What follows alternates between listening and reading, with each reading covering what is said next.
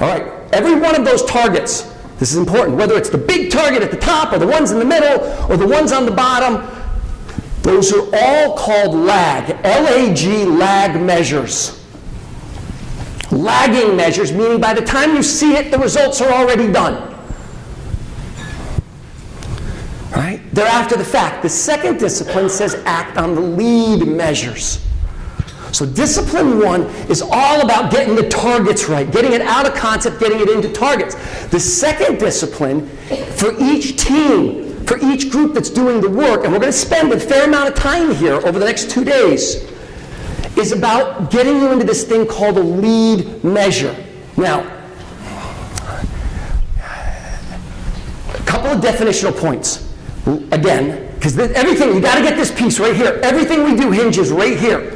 Lag measures measure the goal. Whatever the goal is, whether it's a big goal or a little goal, that's the lag measure. Lead measures have 2 characteristics, and I'm only going to make you say this back to me about 10 times. They are predictive. That's the part everybody gets. The lead leads to the lag. Equally important, okay? They are influenceable by the team. All right, now, what I just gave you was a very short formula for a winnable game. I'm going to say all those words again. What I just gave you was a very short formula for a winnable game. You with me on this?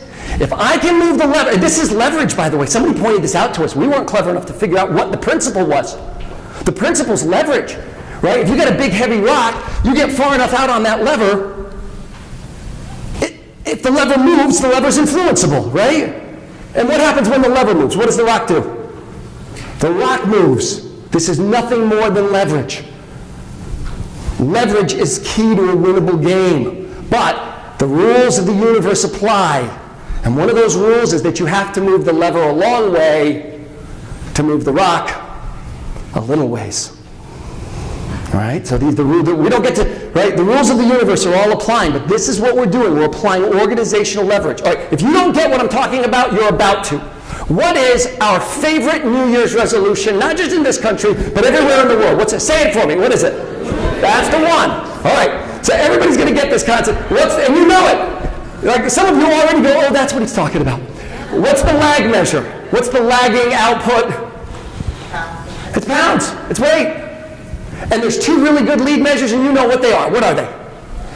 Diet and exercise. Right there. You ready for the bad news? It may not be. I may not say what you think I'm going to say. Where do human beings, where does the human brain fixate? On the lead or the lags? Always. You go to the lag. And it ain't just this. It's everything. You know what? I'll tell you why you go to the lag. Because the lag's what you want. I don't even like diet and exercise. I want that, right? And here's the other reason. The data on the left is always 100 times easier to get than the data on the right. I got news for you folks. The data on the right is not coming off a computer, right, for our scenarios. Right? If I got scales in my bathroom, how hard is it for me to, right? What do we call lag measures? We call them oh crap measures. Because you're either going, oh cool, or oh crap, but it doesn't feel like you've got, if you feel like luck is playing a role in your career, you are looking at lag data. Right? Oh, Papa needs a new car. The report's printing right now, come on. Let's do kids in school. Who besides me has children in school? Let me see the hands. I have 7 children. 1 marriage, 7 kids, no twins. That's why I travel. I'm here tomorrow. I'm not even down here anyways. I'm not doing anything tomorrow. BJ and I are just hanging out, but I'm here. 25 to 8, and they all have my attention deficit problems. So we thought we'd just keep having more. And we never set out for 7. It was like, you know, that last one was really cute. What do you think the next one will look like? All right, so when BJ told me what we were doing, this was an easy sell. We love those babies, and I have a 25-year-old, and I don't have grandchildren yet. I'm bothered by that. It's been 8 years. All right. Lag measure for school, of course, is the lag measure. The goal for the school is the grades, right? You want 2 good lead measures? Current homework average, and how many hours a week does the kid spend studying? All right, now these 2 examples lock right in, but here's the problem. There are some of you in this room right now who are a little cynical, and there are some people in this room right now thinking, what is he talking about? If I want to lose weight, I should diet and exercise? If I want my kid to do good in school, they should do their homework and study? Oh, these people are geniuses. I can't wait to read that book. All right, that's not what we're saying, but it sounds like it is. Here's the point, and it's a big one. Everybody knows the concept of diet and exercise. What everybody doesn't know is how many calories have I eaten and how many calories have I burned. Knowing the concept and knowing the data are 2 different things. Anybody wearing an Apple Watch or a Fitbit, put your hands up. You're like, that's like $1 billion industry helping you track lead measures. That's what a big deal this is. Or kids in school. Every kid knows I got to do my homework and I got to study. Every kid knows. How many parents know what Sarah's current homework average is? That number exists. You got to go find it. And how many hours did Sarah spend studying for exams last week? That one's going to be a little trickier to track, but they can be done, and they're influenceable, and they're predictive as all get out. We communicating here? So the reason I'm telling you this is because some of the things you come up with, you're going to think, well, they already know that. Right? That's not new. That's not... There's a big difference between knowing a thing and knowing the data behind a thing. All right, I don't have time for this story, but I'm going to tell it anyways. We got a shoe store. Now you're going to think, what does that have to do with my world? But the principles are universal. We got a shoe store with 4,500 outlets. They decide to run this process across all 4,500 all at once, despite us telling them, no, start slow, pilot. They go all 45. Every store has the same wildly important goal. It's called transact. You got to stay with me on this one. This will really help you. It's called transaction percentage. For every person who walks in the shoe store, and there's a traffic counter, how many pairs of shoes get sold? That's the goal. Every store has a different finish line, slightly, but it's the same game. Everybody's playing the same game. For every person who comes in, how many pairs of shoes get bought? The organization gives each store, through their district managers, 8 really good ideas for lead measures, but they're just ideas. Now, let me tell you what it's not. It's not a new promotion. It's not buy one, get one free sale. It's not a new merchandising strategy. It's not new products. Those are all stroke of the pen. And that's not what we're talking about. What I just said is important, right? Because this is where we're playing. We're playing at the behavioral level. What mattered is what happened inside the box, inside the store. So the 8 ideas were things like, how quickly do I get to a guest and talk to you? Or do I let you just wander around, right? If I show you one pair of shoes, can I show you a second in black? Or, right? You see what I'm saying? Or out of stocks. Are we in stock in the most popular sizes and the most popular brands? All of these are levers. But certain levers work better in certain stores in certain situations. There were 8 of them. Once it started, and by the way, everybody's goals and measures are going to be in one system. We're going to be able to see the whole thing. Okay? Simplicity and transparency. It's all going to be visible. Once this thing starts, all of a sudden, every store that had picked a particular lead measure starts to spike transaction percentage. It was uncanny across the whole system. This gets out, every store, without anybody telling them to do it, dropped one of their lead measures, and they picked up this really hot lead measure. I haven't told you what it is. But there's something you can do if you're an employee at a shoe store that has a really huge impact on this result, on that behavior. Has anybody got it, by the way? Anybody sitting there thinking, I know what it is? Because we didn't. It almost didn't make the list of 8. Wear cool shoes. Wear cool shoes. That wasn't it, Linda, but that's a cool idea. measuring kids' feet. Now you got to think, I should have gotten this one. Now I have never been shoe shopping with 7 children, but I have taken 3 at a time. And let me tell you, I'm going up and down the aisles, but I am not looking for shoes. I'm looking for the little thing to measure their feet. I don't know what size those feet were the last time we bought shoes, and every foot size has changed. They don't look like they're looking for shoes. Somebody comes up to me and says, "Sir, can I measure some feet for you?" Sit down, kids. We're buying shoes. They tripled the gap. They had a 4,500 store across the organization gap. They tripled it. They stuck it in a commercial. Here's the moral of the story. How long had these people, had these executives at this shoe store known that measuring feet was a pretty good idea? How long had they known that? How about forever? What if we had gone in there and said, "Hey, we think you should measure people's feet"? They're throwing us out in the parking lot. You with me on this? Big difference between knowing a thing and knowing the data behind a thing. I just want to see that, right? Your consultants are going to take you into this in more detail, right? So it looks like this, right? We're going to decrease recurrence of maltreatment from 6% to 3%. And there was a strategy behind this. It was really weird. It was like the more the newspaper, the more the Atlanta Journal-Constitution kept pounding this agency. How many of your predecessors have been fired in 10 years? Like 7, something like that? 6 in 10 years.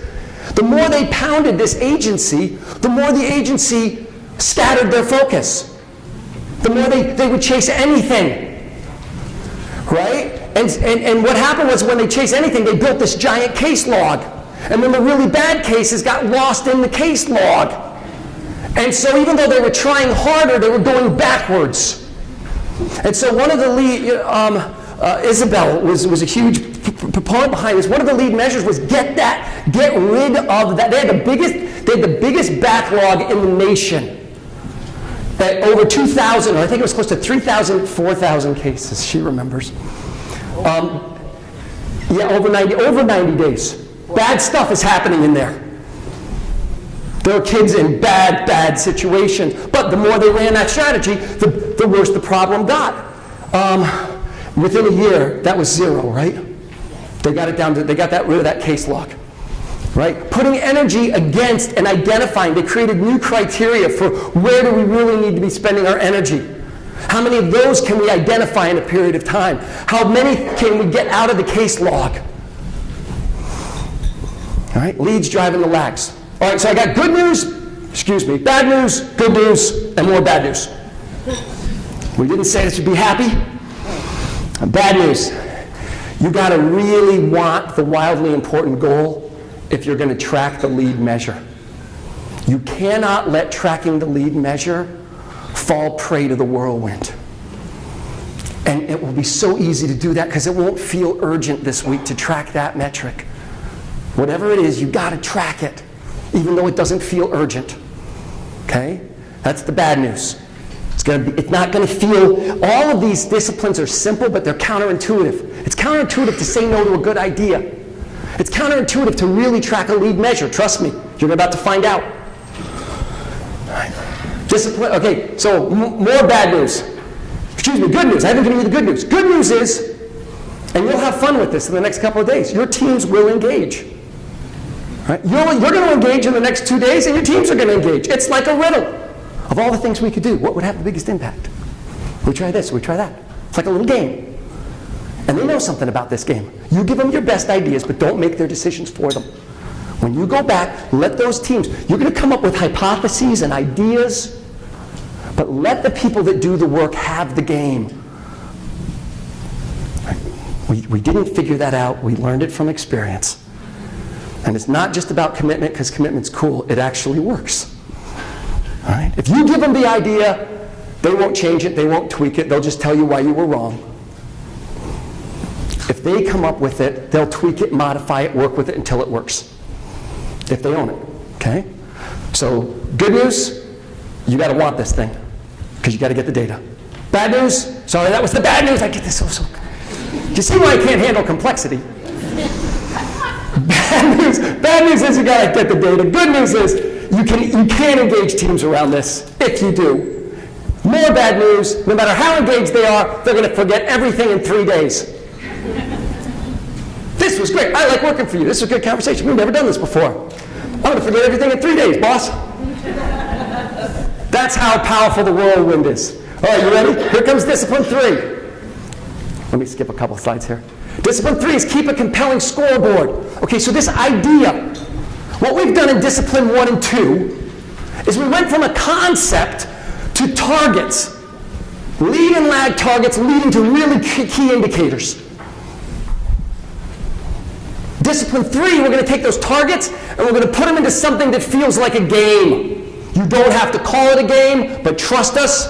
We've done this over 2,500 times. We have 120,000 teams in that network system. This needs to feel like a game. Instead of it feeling like this, discipline 3, right, it starts to, I mean, this is the way it shows up in the portal, in the data. I'll show you physical examples in a second. But it just shows up red, yellow, green. And there's little numbers, and you can see kind of where you are and where you should be today and where you need to get to. We don't want you running a race in the dark. Whatever you pick, that system will track where you should be today. And if you want to move the lag measure, what do you got to move? You don't put your energy against the lag. You put your energy against the lead. The lead is the lever. Right? Okay, we're sliding on backlogs. How are we sliding on backlogs? We've been winning on that for 7 weeks. Here's the principle. Do you buy this? People play differently when they're keeping score. They play a little different or a lot different? They play a lot. Can you tell if you show up at a gym? Think about the squeaks on the hardwood. Can you tell if a group of kids are shooting around or playing a game? Can you tell? Right away. Is it a subtle difference or a big difference? Oh, I don't have time for this game either, but I got to tell you this story. I got to tell you this story too. All right. 7 kids. I have a son who's addicted to basketball. And growing up, Ben was very short, and we didn't tell him. We took him to a couple of NBA games, and I don't think he got the message. So we got this, he's in the summer camp, right? One of those things he got to do, right? And my wife and I get a phone call. And he's all out of breath, and he's no, not like this. He's really excited. He says, you got to get here this afternoon. He says, we're doing a scrimmage, and I'm going to be the starting point guard. He's all excited. You can't do that to us in the middle of the day, but we make up stories. We get there. Only to find out that he's got the schedule wrong, and the scrimmage is not today. Any of you with 14-year-old boys? That's the drill. So we're the only parents at basketball camp. And we hurt some relationships to get there, right? So we're there, and it's no big deal to him. He's like, oh yeah, sorry, that's tomorrow. Okay, Ben. And but here's what's going on. They're not, in my mind, this camp is going to be divided into little teams doing little drills, but it's not. It's one big drill. And most of the kids are on these 2 sidelines. And I learned later it's called fast break drill. And they're going back and forth, 3 kids, right? There's a pass inbound, there's a layup, now it's going the other way. Each time, 1 kid's rotating off each sideline. The energy is fantastic.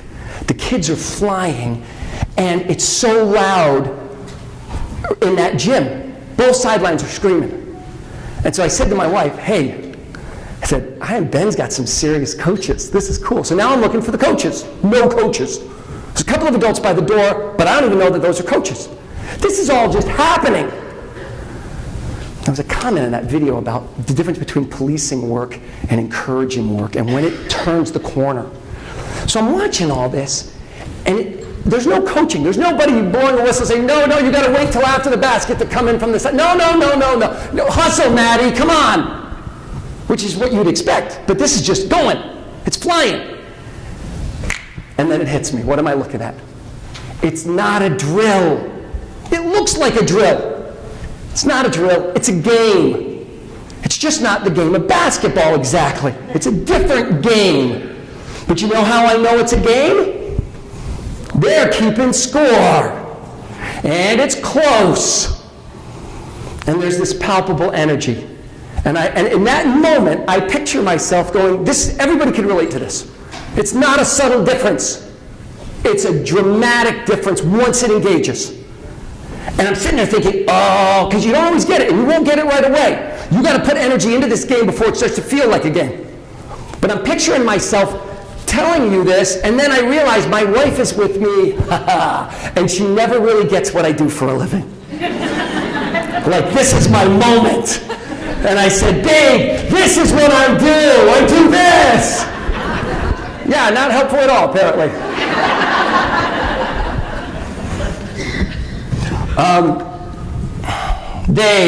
I'm just changing one word, emphasizing one word, they. It doesn't say people play differently when the organization keeps score.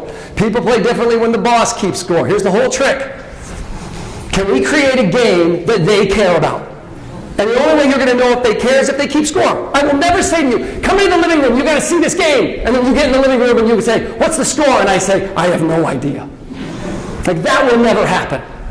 If I care at all, I know. I may pretend I care. I may tell you I care. But if I don't know the score, I probably don't care. All right, so what are we doing? We're looking for a player's scoreboard, not a coach's scoreboard.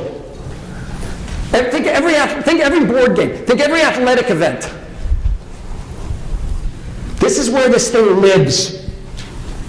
And again, there's just a couple of pieces of data. This is not the reams of data that you analyze in your spreadsheets. You need that stuff.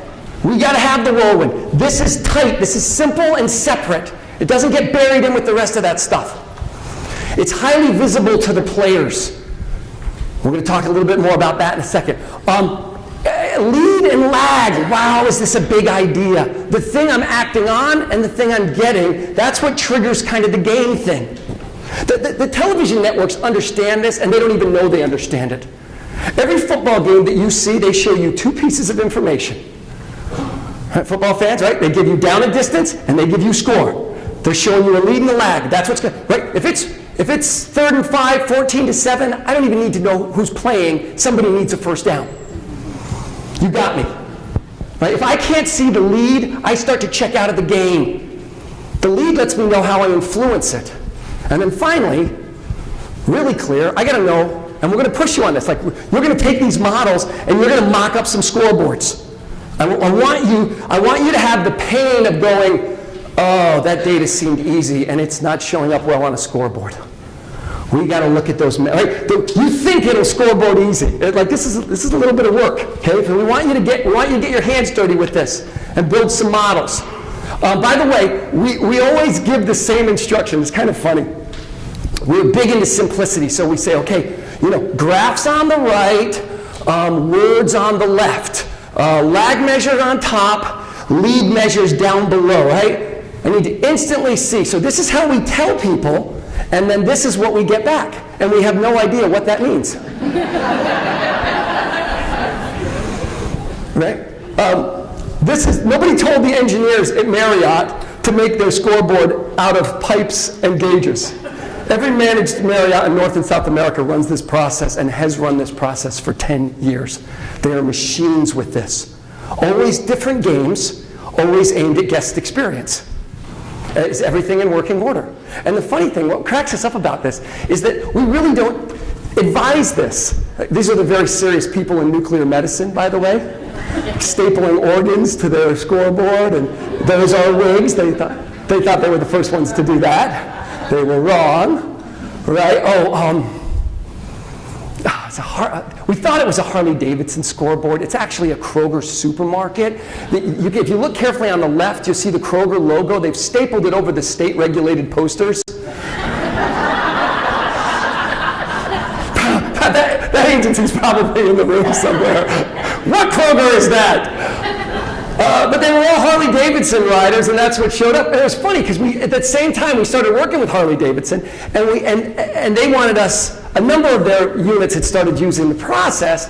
They're independent dealers, and they said, come do a kickoff for us when all 2,000 Harley dealers arrive. And we said, great. And then we started thinking about it. That's a horrifying, 2,000 Harley dealers is a horrifying audience. It looks like a casting call for Mad Max, right? And so we couldn't use this because this was Kroger. So we asked the couple of stores that were doing the process to send us a video. And this one video comes back. I got to get up here. This one video comes back, and it's 7 seconds. They were supposed to send us little clips about how they use the process. And it's the parts manager. Now, this is very cliche because he looked the part. Big dude, bald head, tattoos, holding a scoreboard. Only his scoreboard didn't have motorcycles and war eagles on it. His scoreboard was a snowman. It's about a 7-second clip. He's a little nervous. Comes on and he says, every time one of our customers recommends another customer, we put a snowflake on the snowman, and that's kind of fun. So he was Snowman forevermore. That was his nickname forevermore, right? It doesn't matter if you like the scoreboard, it only matters if they like the score. By the way, right, we don't include, whose scoreboard is this? Is this a corporate scoreboard? Is this?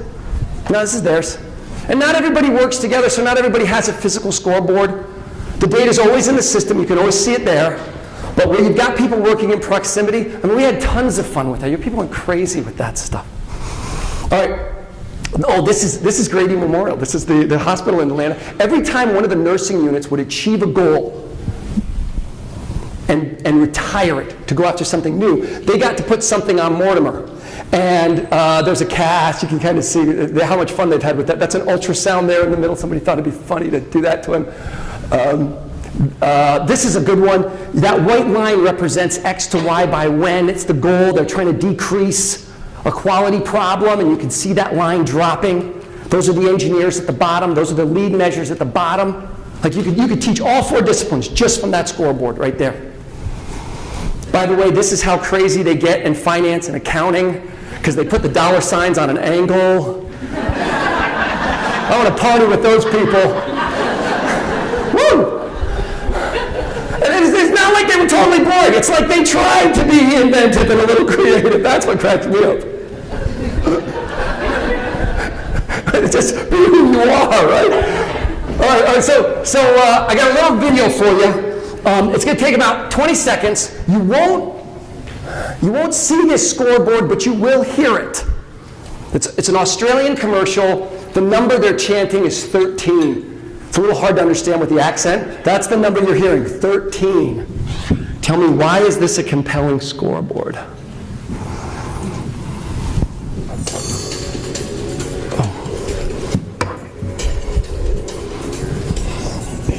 13.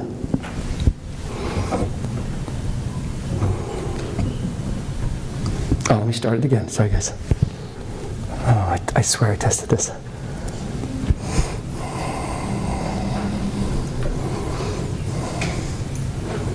Here we go. It is not going to work, so I'm going to do the audio. All right, so what you see this guy walking, and he hears this chanting, and it's soft, and you hear these people chanting 13, 13, 13, 13. Now it starts to get a little louder. 13, now they're just yelling 13. It's driving them crazy. 13, 13, 13, 13, 13, 13, 13. Pop. Now they're chanting again, only this time they're chanting 14, 14, 14, 14.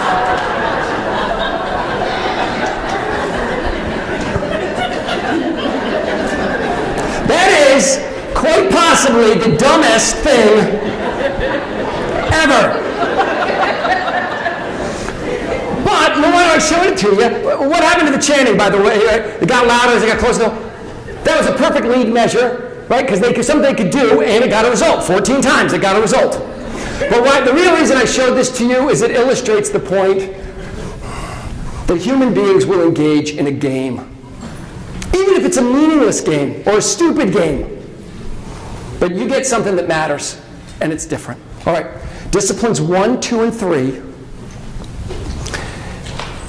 is how you set up the game. All right, 15 years studying behavioral-based execution. It all comes down to this one idea. Can we translate our most important strategic objective into something that feels like a winnable game. Discipline 4 is how you play the game. All right, now this is 1, 2, and 3 is how you set it up, but that doesn't do you any good without 4. 4 is how you play it, right? And every team that owns a scoreboard, so not the teams you're going to be working with today, but the teams, if you decide to go forward with this, right? The teams that are created where the work gets done, they meet every single week. It's a very short meeting and it revolves around only one question. And the question is, what are the 1 or 2 or 3 most important things I can do this week in addition to the 50 things I gotta do? What are the 1 or 2 or 3 things I can do this week that will drive that lead measure that we said can be influenced? So I should be able, it's one of the ways we're going to have you test lead measures. Can people come up with something in a week that would have an impact on that lead measure? All right, so go back to this one, right? We got, if you can see it, the text is a little small, right? We got reoccurring maltreatment is the WIG, case backlog, and identifying variable cases as the 2 lead measures. And I'm up. And so this week I say, okay, I'm gonna pay a visit to 5 backlog cases in the DeKalb area. DeKalb's still not moving that number, and I want to help Martha and Thomas on that, right? Or, you know what, Region 4's verified cases are looking like there's too many. I'm gonna go back and review with Region 4 how they're verifying those cases, right? You might be supporting someone, you might be helping them with the work, you might be encouraging them or congratulating them, you might be working on definitions. Definitions become very important in this process, right? Don't let this thing lose its integrity. A first down is 10 yards, it's not 9.5 yards. Like, make the data count. Right? All this, we're going to get into all of this with you. Those orange blocks, those commitments, that's the power. Have you ever heard the expression force against leverage? Force against leverage, right? Discipline 1 is the rock on the left. Discipline 2, those are the levers. And the commitments are force against leverage. That's what a winnable game looks like every week. And you don't give people their commitments. That's what's counterintuitive about this one. They got to make their own commitments. All right? Sometimes those orange blocks will really surprise you. People come up with some really ingenious, innovative things. Sometimes those orange blocks are very basic. They're never urgent. The orange blocks are never urgent. There's always 50 things that feel more important, right, than getting 5 more off the cab case log. Okay, so here's what it looks like. I make a commitment, I plug those oranges. What's all that blue? Whirlwind. If I pull one of those oranges out, will it stay white back there? What color does it turn? How quickly? Is it fair to say that the blue doesn't even want the orange in there? That's what we're doing. Take a good look. That's what it is. And by the way, have you ever had an all-blue week? What's the worst part? Right at the very end of an all-blue week, that sick feeling in your stomach as you're driving home and you say, I didn't. No, here's the funny thing about that. No child can understand, and we all get that. No child, you can't say to your 14-year-old daughter, Tabitha, I killed myself this week. I got nothing done. She thinks you are crazy. She's thinking, I didn't do anything either, but I wasn't working all week. You should have hung out with me. I should have hung out with you.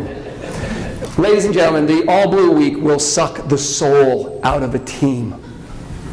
There is nothing worse than the feeling of futility.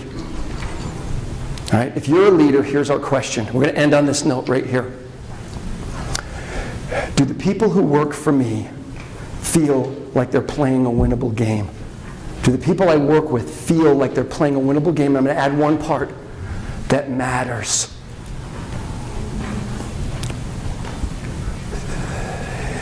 If we do this, this will affect the lives and suffering of a lot of children. But I'll tell you something else. It will also affect the lives of the people who work in your organizations and in your agencies and in your institutions. There are a few things. Matter of fact, you could do this. If you go to a time in your own career when you were most lit up, when you were most excited, I promise you, you thought you were winning. Do it right now for me. Go to the time and say, it was 2012. You thought you were winning. You hadn't won yet, but you were winning, and the thing you were going after really mattered. Am I right? You may or may not have been making good money. You may or may not have liked your work conditions. You may or may not have had a best friend at work. You may or may not have liked, right, your benefits package. All that stuff will contribute to turnover. Gallup shows us that.